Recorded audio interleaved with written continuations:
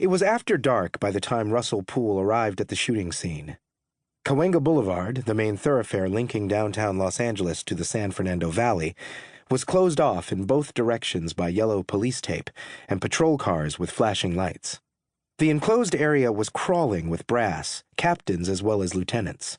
Poole's squad leader, Lieutenant Pat Conmay, his partner, Detective Supervisor Fred Miller, and the members of the LAPD's officer-involved shooting team were all standing in a group.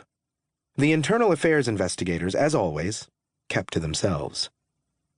Frank Liga was still at the scene and had been informed that the dead man was a police officer. Liga was very confident at that time, Poole recalled. He felt certain he had done nothing wrong. I don't think he realized that the fact Gaines was black was going to be as much of a problem for him as it was. The OIS team drove Liga back to the North Hollywood station to take his statement. Poole was informed that his assignment would be to investigate a possible charge of assault with a deadly weapon against the undercover detective.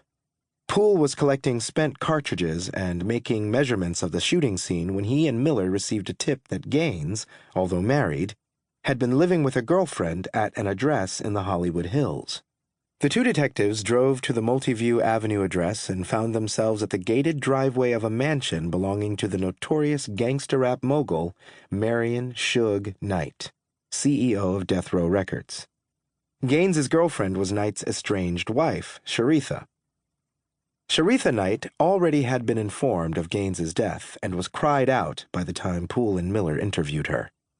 Sharitha's mother, who introduced herself as Mrs. Golden, did most of the talking at first, explaining that her daughter was married to but separated from Suge Knight, and that Kevin was her boyfriend. They had seen Kevin only a few hours earlier, Mrs. Golden told the detectives. He said he was going to the gym and intended to pick up new tires for the Montero on his way home. Sharitha did say that Kevin had done some security work for Death Row, but she gave no details, Poole recalled. Sharitha Knight had met Gaines in 1993 at a gas station on La Brea Avenue just south of the Santa Monica Freeway. Gaines, who had been reprimanded repeatedly for attempting to pick up women while on duty, pulled up in his patrol car next to her Mercedes, Sharitha said, and began a casual conversation that grew more animated when she told the officer who she was and described her mansion in the hills above Cahuenga Pass. Gaines bet the woman dinner that she was exaggerating, and the two began dating exclusively after he paid off.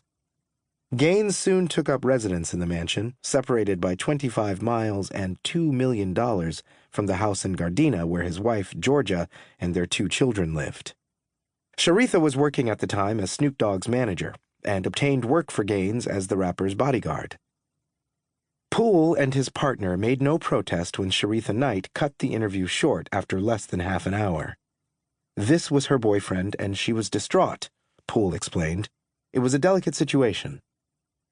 As he drove back down Cahuenga Pass toward the LAPD's North Hollywood station to interview Frank Liga, Poole recalled, I thought to myself, this case is going to take me to places I've never been.